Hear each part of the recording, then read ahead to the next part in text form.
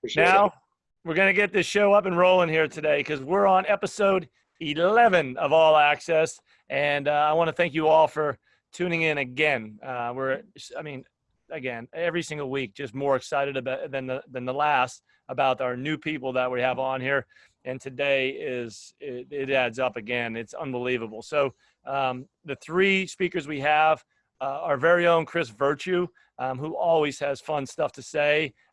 We agree and always disagree. I mean, it's back and forth, but nonetheless, he will get your head speaking. And today, that guy's going to talk about the history of barbell according to Virtue. So I think it's going to be a really fun and exciting talk. Next online is going to be Will Fleming, who, you know, as a man, as a person that I've known for many years, just wows me ever since he was an athlete on through today. And then our last rounding out the day is going to be Coach Mark Watts from Elite FTS. You know, we grew up literally reading all of his articles, doing all, you know, going by his research and what he's done. And now having him here to speak today is incredible. And the last thing I'll say about all three of them, and at least two that I know personally, and the third I know through a lot of stories, is just who they are as men and as family people and as fathers, and just as who they are as these great people. So we're incredibly excited to have them here today. We're incredibly excited to have this lineup and what they have to say. And I'm not going to talk anymore, but I'm going to turn this over to our very own Dustin Snyder with our first introduction of Chris Virtue. So Dustin, it's all yours, my man. Making sure I'm not muted anymore. All right. So first up, we have Chris Virtue. He's actually one of the few people who helped me get started as a strength and conditioning coach here in this field, and was once, like many of our staff at IU right now currently, starting off as an intern and then working his way up through the ranks over the years. I've had the privilege to share an office with Chris. However, though, he has a tendency to remind me that everyone that has been at the desk that I am currently at has left IU. So I'm still here. Strong still survive. You've made Chris. it the longest, Dustin. You've made it the longest. Yeah. So there's one thing that for sure that I know about Chris, and Chris loves change. One month you may see him working out for the CrossFit Games. The next month you may see him working out for an Ironman. You never know. But I know this, that those changes that he goes through help him to grow and to become a better coach. Another way that I've seen him grow is and mature is over the years of being at IU. I've seen him grow since becoming a father. Definitely in the way that he talks to other people and his ability now to self-reflect and to see, you know, did this work? Did this not work? Should have said this? Should have said that?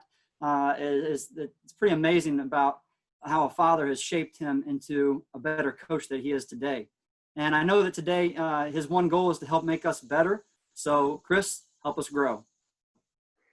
Woo, Dustin, I think I got a tear in my eye, brother. That was, I think you hit the nail on the head. It's kind of you've been here almost as long as me, and we've both kind of matured over the years. So I thank you for that, Dustin. Tom, I know Tom, he's been wanting to, when people hit that 10-minute mark, he's been wanting to pull the lever for the dunk tank, and we're going to see what happens today. Just saying. I'm going to test Tom. I could also take him off as co-host so he can't kick me off, and I can just keep rolling. But I've had more than one of these, I'll say, and I have to pick up click list here in a little bit. So I'm going to make this as quick and painless as possible. So to start off, and Tom, I'm pressing start on my timer right now. This here, if you can see this, is the barbell. And if you've never seen one of these before, I'm guessing you're in the wrong Zoom call. But seriously, back in the 19th and early 20th centuries, the traveling variety shows, you know, the big top circuses and the vaudeville acts, these were some of the biggest spectacles and popular forms of entertainment at the time.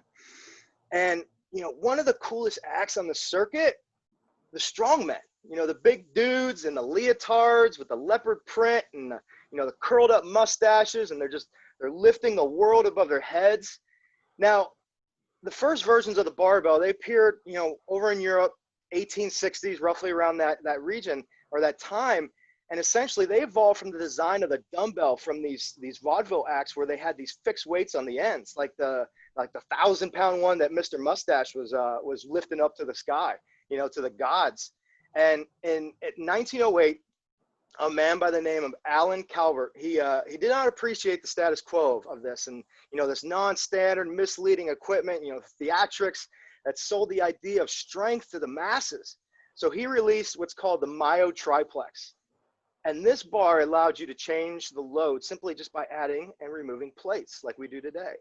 And in the 20s, Casper Berg came along, and he added the revolving sleeve.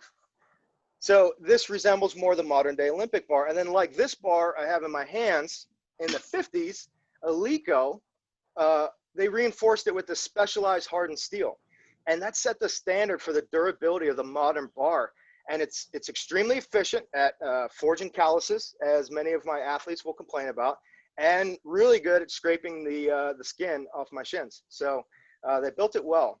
But give you an idea, here at Indiana, we're currently training out of Gladstein Fieldhouse. Will knows exactly what I'm talking about. It's our indoor track facility. Due to the current circumstances, we've created a satellite weight room for our fall sport athletes. And Tom came to me, and I was largely tasked with, equipping this room. And I'm like, yeah, let's go. This is exciting. But then I was like, oh, wait a second. Normally when a strength coach, they design a room, 6 months later, they're not there yet. So Dustin, I may be the one leaving the office here soon, but hopefully not. But, it's just bare bones. Like we were going old school. Give me a barbell, give me some bumpers, and let's roll. It's very freeing. And there's no better implement for measuring the body's ability to just lift raw weight up and down than the barbell. It is this ultimate tool that develops and measures strength. And I'll tell you this, the bar is only as strong as the strength of the person using it. Now, let me repeat that. The bar is only as strong as the strength of the person using it. Now, strength, I love that word. Strength, Indiana strength, strength coach. Oh, whatever happened to the title of strength coach? I mean, what are we calling ourselves nowadays? We've got, athletic performance coaches, senior, assistant, executive, associate, sport performance specialist. A new one I heard yesterday, physio. We're being called physios now. The most popular and most viewed TED Talk in history, Sir Ken Robinson. If you haven't perused this one yet, I recommend you go over to YouTube, you watch it today. But Sir Ken asked the question, do schools kill creativity? There's a hierarchy in the public education system. At the top, you have the mathematics, the languages, the sciences. Down here, you have the humanities. And, way down here on the floor, you have the arts and the physical education. It's a challenge to quantify and substantiate our role as strength coaches and our purpose within the ecosystem that is the modern day athletic department. We've become so constrained and restrained by the bureaucracy of all of it. Like, how do we validate ourselves to the folks upstairs? We're raising the profile of science and technology, and we're putting it to the forefront. We're trying to validate objectively what it is we do to people that, they don't really understand what we're showing them anyways. We're losing sight of the art and the creativity, the imagination behind what we do. The real reason why we do what we do on a daily basis. This barbell, this one right here, this is a tool for me. To me, it's a tool of empowerment. Two mantras ring true every day when I train my volleyball team. Default aggressive, we before me. Default aggressive, we before me. Now, what is default aggressive? We operate on a daily basis in this highly competitive world, and we tend to stigmatize the mistakes. We've come frightened of, being wrong. And wrong to who? I don't know. I haven't figured that one out yet. But default aggressive is permission. It's permission to fail. It's permission to be heard. It's permission to ask the tough questions, to have an opinion, to bear responsibility, to believe in yourself, be valued for who you are, and most importantly, to lead. It empowers these kids to lead. What's we before me? Very simple. Can the individual ignore the big and focus on the small? Can they focus on the task at hand and not get overwhelmed regardless of circumstance, because they prioritize the we over the me.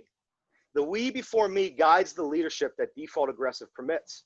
We before me, it answers the why and what we do and how we do it. Hey, Chris, this card says 185, but I think I can go up. My reply, what's the default? They see a freshman, struggling by them, and they're struggling with technique, the weight, whatever it is, and I'm on the other side of the room, default aggressive.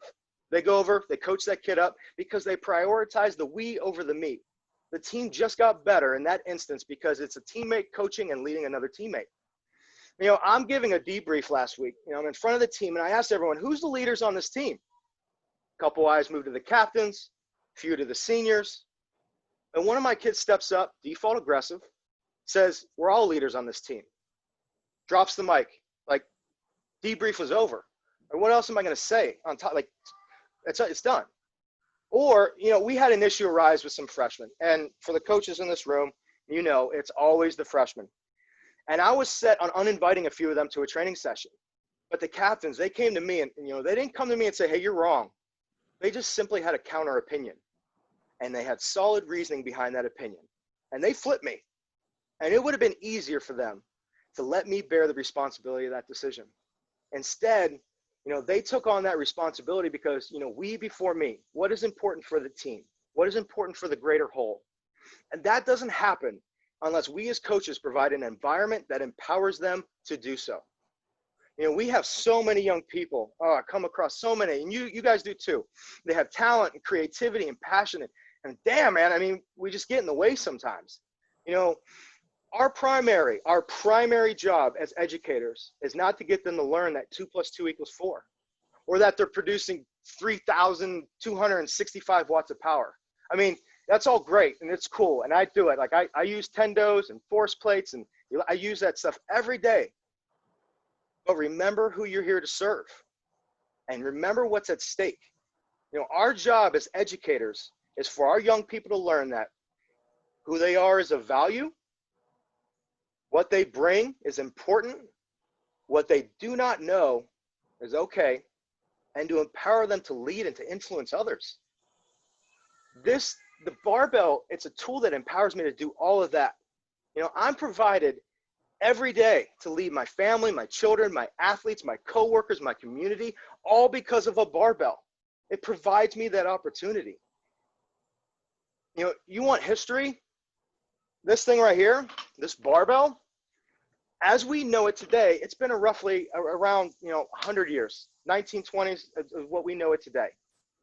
It's been through the Great Depression, World War II, Civil Rights Movement, Vietnam, 9/11, you name it. There is a lot of uncertainty in the current state of the world right now that these kids are going through. For myself, I do not believe there's ever been a more important time to be good at what I do. I'm a strength coach. I coach strength. I just define strength a little differently, guys. The bar is only as strong as the strength of the person using it. Remember that. The bar is only as strong as the strength of the person using it. What you guys need to figure out is just, what do you guys define as strength? Tom, I am at 9 minutes and 40 seconds. I want to thank you guys today for all your time. Again, like Tom said, I want to thank you guys for joining us on All Access. We love being able to do this every week. I'm going to hop off. Lainey, I believe I'm handing it off to you. Absolutely, Chris. It's so interesting listening to your dynamic and how you talked and kind of brought it full circle, because 100% agree with Dustin. It's been really fun to watch you grow throughout the years, and the insight that you're able to bring all of that to put it into words like that. It's just phenomenal. So appreciate that. I have our next speaker on tap. I have the pleasure of introducing our own Will Fleming. And I would be remiss if I didn't go through his accomplishments a little bit right now, because he is literally the ultimate entrepreneur. He's a business owner, an author, a DVD creator, podcast entrepreneur, a national speaker, creator of the Certified Weightlifting Performance Coach through the NSPA. His athletic accomplishments is a All-American record holder at IU in the hammer throw. He is an Olympic trial participant and a national level Olympic weightlifter and a Masters weightlifting national champion with record holders on that. So I wanted to make sure I got through all that, but the biggest thing is when I think about Will, I think about his eagerness to learn and to help. And I know how much of an asset he is for us in our Indiana strength community, being an alum and always kind of being there to help, and in the Bloomington community as well. So you'll be hard pressed to find another person as passionate as well. So Will, the floor is yours, my man. Great. I'm going to share my screen real quick. And there we go. All right. So yes, thank you, Lainey. And Chris, that was awesome. I'm hard pressed to follow yours. I thought that was moving and I really enjoyed it. So thanks so much for having me. I'm going to set my timer real quick so I don't go over. All right. Okay. So today I gave a 90-minute presentation about this a couple weeks ago. So I'm going to try and distill it down into 10 minutes, which was actually a pretty cool thing. It's like, can you take something and squeeze it down into something, but like very small and condensed and still get across the big point. So today's is going to be the truth about velocity-based training. So obviously a huge buzzword recently. I can tell you the very first time that I saw it was in the old Assembly Hall weight room at Indiana University. We were hosting Big Tens in track and field, and we were our #1 rivals in track and field as throwers was a team from Iowa, and Iowa had great throwers. They were seated first or second in every event, and we were seated first or second in every single event. And so I kind of stuck around as one would try to do when a visiting team visits your weight room, and I wanted to see what they were doing. And I saw them roll in, and they had their Tendo unit, and they hooked it up. I had no clue what they were doing. This is circa 2004, and saw them hook it up, and I heard them say, well, he hit a speed PR. He's definitely going to PR at the meet tomorrow. And I kind of stuck that in my head. And yes, Iowa beat us in every single event at that Big Ten championships. So since that moment, I was really interested in this idea of velocity-based training. So why VBT? And here's going to be 4 really quick reasons that I think that VBT is really, really useful. And more so than just like, numbers are good. We're going to go a little deeper than that. So velocity doesn't lie, right? So if you've been looking in VBT, and if you've read Brian Mann's book, he references a study where there's an 18% plus or minus difference in how an athlete might perceive a weight on any given day. And what that really looks like, and if you've ever lifted a weight in your life, you know this to be true, right? If you have a program and written on there is 80%, some days it feels like way more than 80%, and some days it feels like way less than 80%. And that is intuitive. Everybody who's lifted a weight for more than a couple months knows that some days you feel great and some days you don't. And they put a number to it that is actually 18%. So if you think about that, if you programmed an 80%, or better yet, if you programmed a 90% lift, which is a pretty heavy day for most athletes, if there's 18% on the plus side, it's going to feel like 108%, and that's going to bury that athlete on that given day. But if you wanted a 90% stimulus, if it felt like 72% on the other end of the spectrum, that's not nearly as intense as you wanted out of that day. So velocity is true, right? It stays the same as an athlete progresses. So what is at one time, the speed at which you can move 80% is nearly always going to be the speed at which you can move 80%, even if your 80% increases by 50 kilograms, right? If your 80% goes up, 80% still going to move at 80% speeds. And so when we talk about comparing velocity to other things like RPE or percentage base, we talked about it being better than percentage base, but RPE depends on an athlete's knowledge, experience, and truthfulness, right? I've had athletes who, if you try and program an RPE, if you told them 8, they would run through the wall and get crushed, and they might miss a lift, and they'd go, oh, that's about a 7, coach. I got more in me, And rep maxes depend on an athlete's individual personality. A lot of athletes will just some will say, well, that's good for the day, and some will just keep pounding, eventually getting too fatigued. So velocity is going to be constant no matter what. Velocity is the ultimate method of auto-regulation, which is such a big topic. It responds to daily fluctuations of an athlete. This slide's not in here, but in my longer presentation it is. I use a muscle snatch, which is a really simple Olympic lift variation. And I use a muscle snatch and take the peak velocity of that as a function of readiness on a daily basis, right? And each athlete has their own profile, and we can kind of get into, this is a good day, this is a great day, and this is a bad day. So it is auto-regulation. There was a study recently, velocity-based training over percentage-based training led to significantly increased jump heights and bench press over percentage-based training. So and that's a whole goal of VBT, is that you are choosing the exact correct load on a given day for what the athlete is ready to do. So VBT is a perfect method for auto-regulation.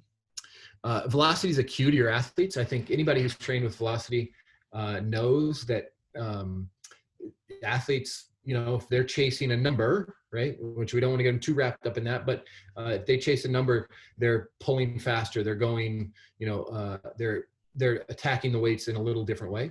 And we know that external cues outperform internal cues, which is part of Wolf's research. And then velocity is the ultimate results-based external cue. So if you think about the idea of an external cue as being what happens as the result or the external, that number is the best external cue, because it's not just feel and it's not your eyes, it's a real thing, right?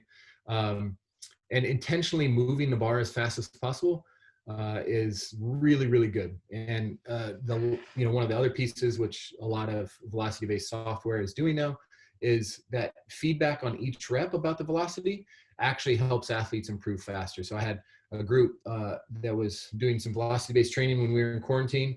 One was training in pairs, and they were shouting out speeds to one another. And another had a unit, and they were just kind of seeing speeds after the after the set or the rep. They would go over and take a look. And the athletes who were shouting out the speeds to one another were actually getting better faster. And that mirrors what this Nagata study said as well. And then higher velocity is a good thing, right? So training at the fastest speeds possible on each rep made athletes significantly stronger. That's Gonzalez-Badillo. And that's, that Gonzalez-Badillo lab has like so many cool things in there that I can't even touch on in this, but if you go look them up on like ResearchGate as a lab, they're putting out super cool stuff. But training at the fastest speeds possible on each rep made people significantly stronger. So that goes back in the day when I was first taught to lift, everybody said, just go as fast as possible, right? And that isn't as good, because target speeds are more effective than the broad go fast cue. So if you tell an athlete to move something 1 meter per second, they're going to go faster than if you just say go as fast as possible. So we have to give them a little more specificity. So those are the 4 reasons velocity-based training is really good. This is one of my favorite quotes, because a lot of times when people talk about velocity-based training, they're like, now the number is the coach, I'm no longer the coach, right? And I'm worried about that being taken away from me. And I want to, I still want to have input in the program. I don't want the athletes just chasing the number. They got to listen to me.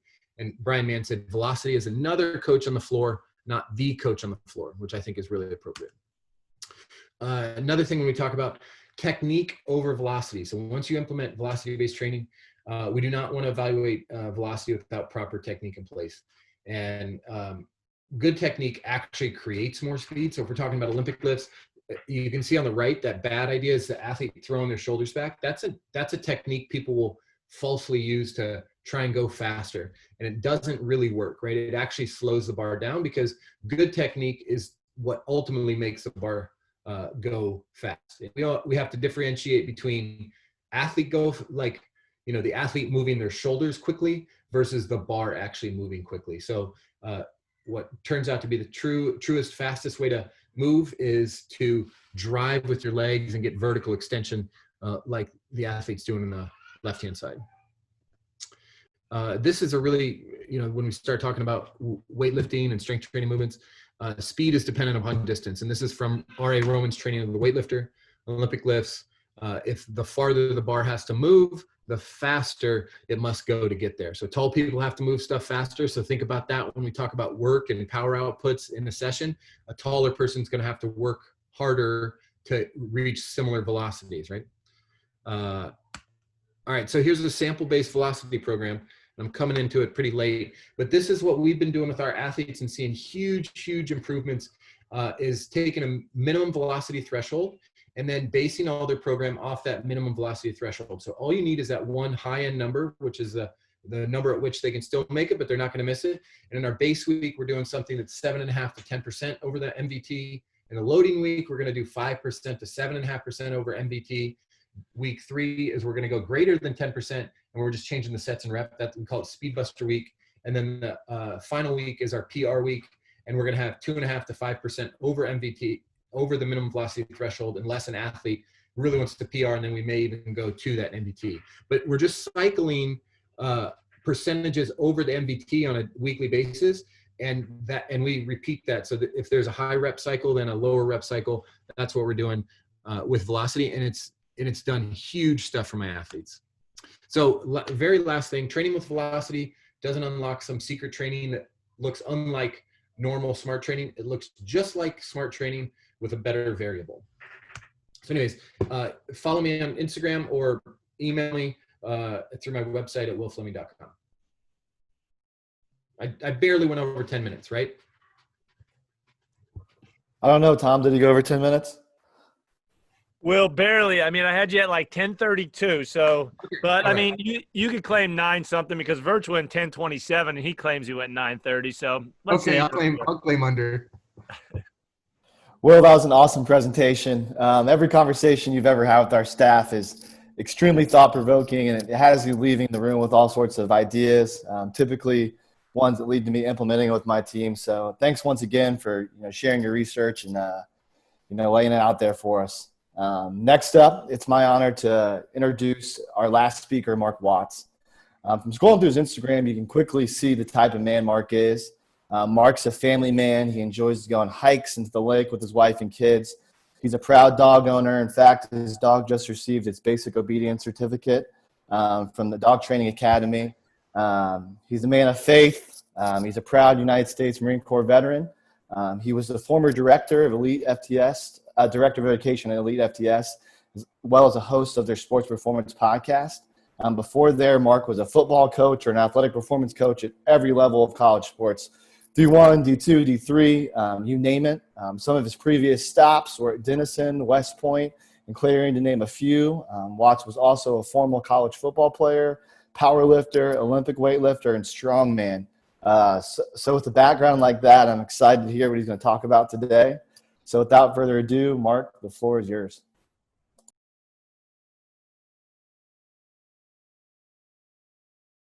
You're on mute, Coach. I'm ready. So got some jitters. Thank you so much for having me on. I really do appreciate it. I mean, this is to be involved in this. It's all bringing back. I'm listening to Chris and Will talk, and it's just funny because all these ideas are coming back. I'm going to hit my timer to make sure that I don't go over because I don't want to be that person. So and again, like just to tie it together, and Chris talking about again, letting the athletes be leaders. And I always say is, are the athletes, would they be better off without us? Are we overcoaching? Are we doing too much with them? And talking about being big time where you're at, and not looking for the next thing. And, and then everything we talked about, what Will was talking about with velocity and external cues, using those for our athletes and auto regulation. It's funny because, again, when we tie that all together, kind of if you want to tie Will and Chris's toss together, it's always about the intent to move the barbell fast, and velocity being a byproduct of your effort and force against that barbell. And it's kind of funny. So it's just really the passion of those two guys is just awesome. So I'm going to go ahead and talk a little bit about coaching leaderships. As you know, I'm an elementary school principal, and being a principal now in America right now, obviously that anxiety and, I've decided not to make anybody happy and, with everything going on. But what I've learned when I made this transition. I changed careers 4 times after the age of 40. And a lot of my talks were about the coaching profession. And sometimes I feel I can help, but sometimes I feel not being in it.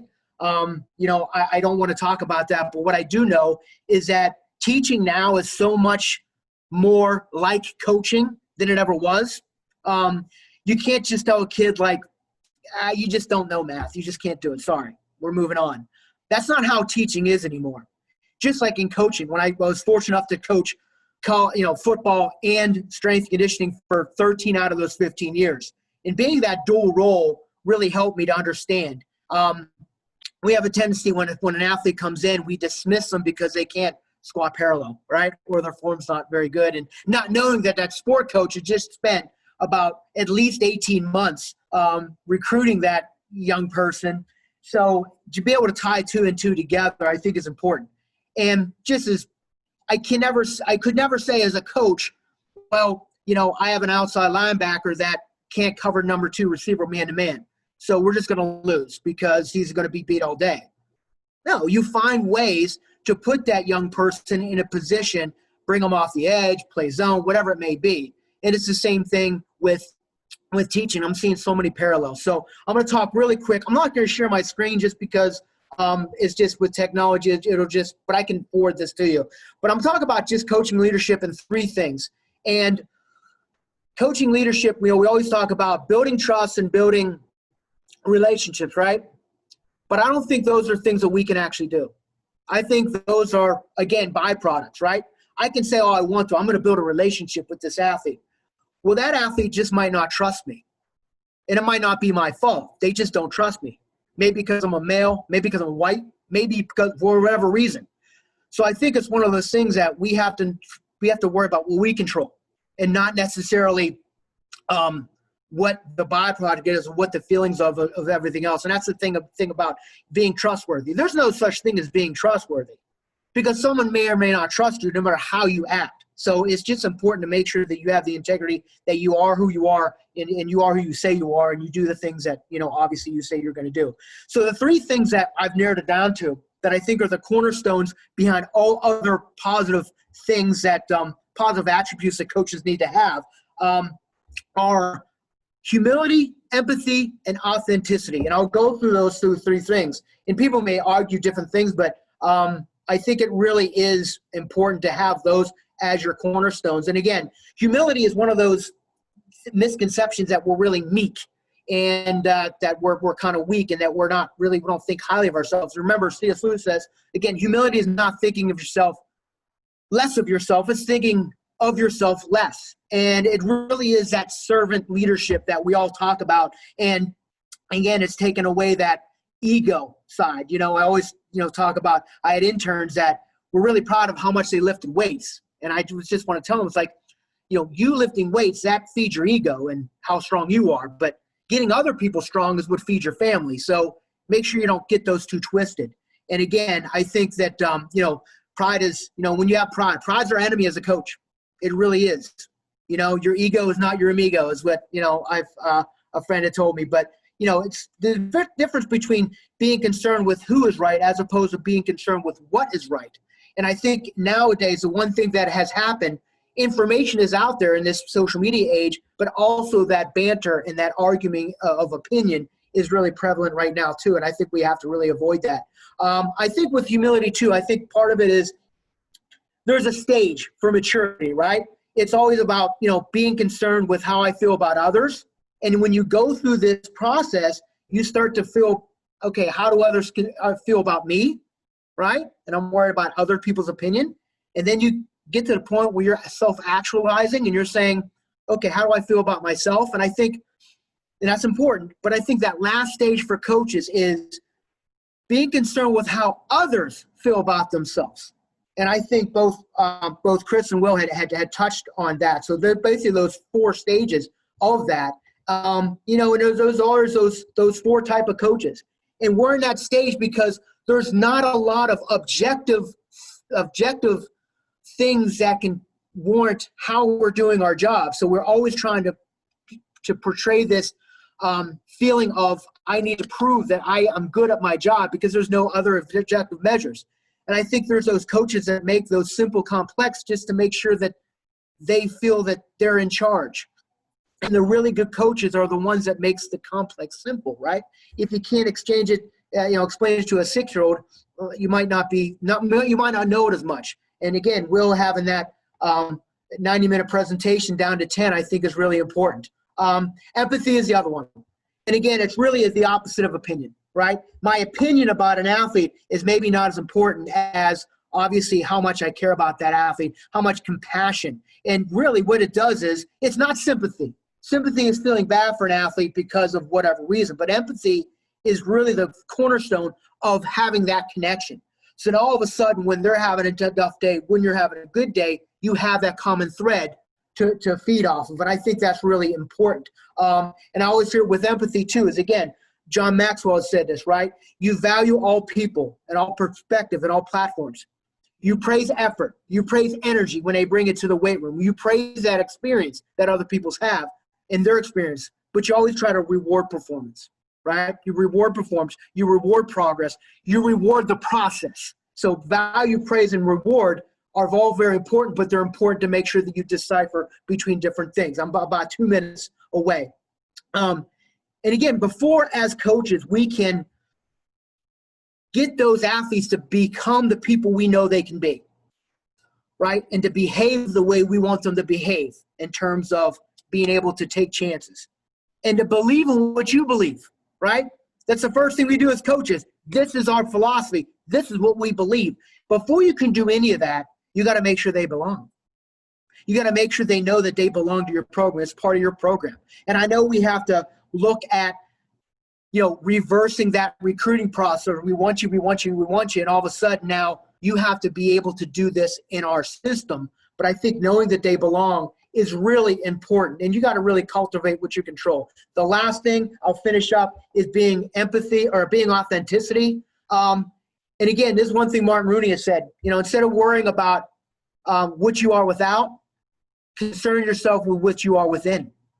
And I think that that's one of those things that we have to be able to do and it's really hard to be that type of person, especially when, the most dangerous person, the most dangerous coach out there is a coach or teacher or principal that is afraid of losing their job. Because the first thing they do will, instead of taking that burden and taking that blame, they start to disperse that burden. They just start to disperse that blame. So I think it's one of those things that we have to make sure in a profession where there really is no job security, we have to be secure with ourselves first before we can be secure with our jobs. So I appreciate being on. And again, this is really fun to just hear all these. I just miss it. I miss being part of, the day-to-day that you guys all go through and the fact that you're still in it. You don't become a coach because you're in it for the money or the hours, right?